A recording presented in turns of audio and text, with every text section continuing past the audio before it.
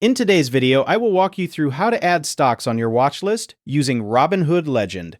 Go to Robinhood Legend and open the main interface. Once you are on the main screen, look for the option labeled Add Widget and click on it. This will open a menu where you can manage and add different widgets. From the available options, click on Watchlist.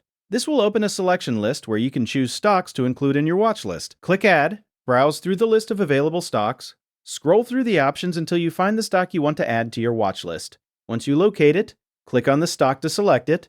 After selecting the stock, it will be added directly to your watch list in Robinhood Legend. The watch list will update to include the newly added stock, and it will be visible in your widget section. If you want to add more stocks, return to Add Widget and click Add again. Then repeat the same process by selecting additional stocks from the list and adding them to your watch list.